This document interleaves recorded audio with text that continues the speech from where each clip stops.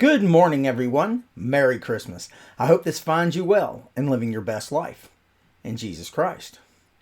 Well, as I'm recording this, I have just returned from our Sunday morning worship service, and I'm filled with thankfulness for a wonderful service where we were able to get together as a family, a church family, for Christmas.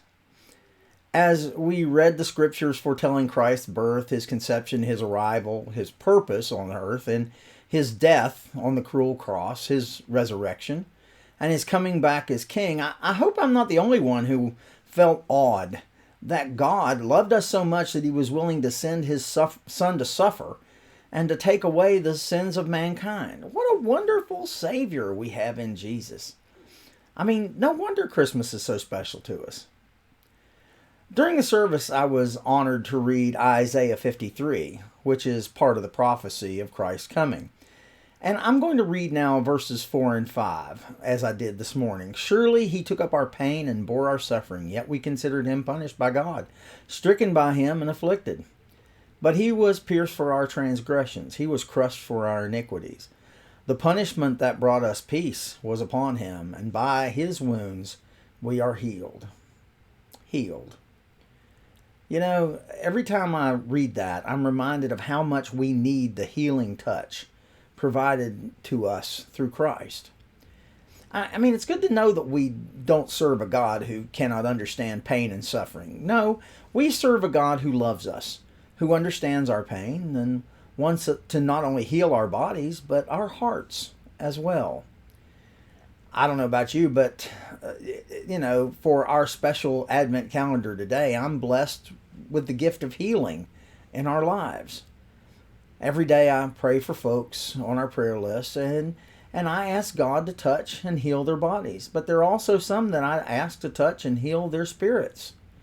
And frankly, often God does heal them, either directly through his direct intervention or through the hands of doctors.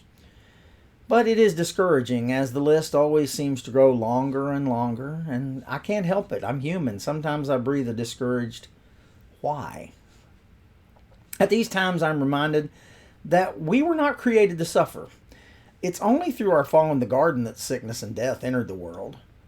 When God created us, he created our body, mind, and spirit to live in perfect harmony forever. In that original plan, there was no sickness, no disease, no fear, no depression, no decay, no death. Mankind was to be one with the living God, united. And for this reason, no disease could be present. But then Adam allowed sin to enter into the world, and all of this changed. It was never God's plan for us to be sick in any way. It couldn't be, because God is only light and life and love. Notice that when Jesus came, he spent most of his time here on earth healing. I mean, if you think about it, everything Jesus touches gets healed and restored. Everywhere Jesus traveled, he went about healing all people of every kind of sickness and disease. Jesus came to live, to die, and to be resurrected so that you could be saved and healed and restored. This was God's will for mankind when he created us. It was his will throughout the generations, and it still is his will for you and me today.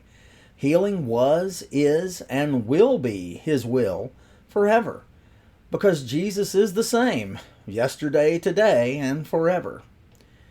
Even though we can't help but get discouraged sometimes, we can trust in his healing, not only for our body, but for our hearts and our minds. Whatever healing you need, you can rest assured that it is God's desire for you to be free and to live your life completely whole. As for me, well, I'm thankful that he has healed me from the sickness of sin and self, and is in the process of molding me into what he planned for me to be all along. It can't help but be better because he's in it. See, I thank God every day for the healing power found in Jesus Christ.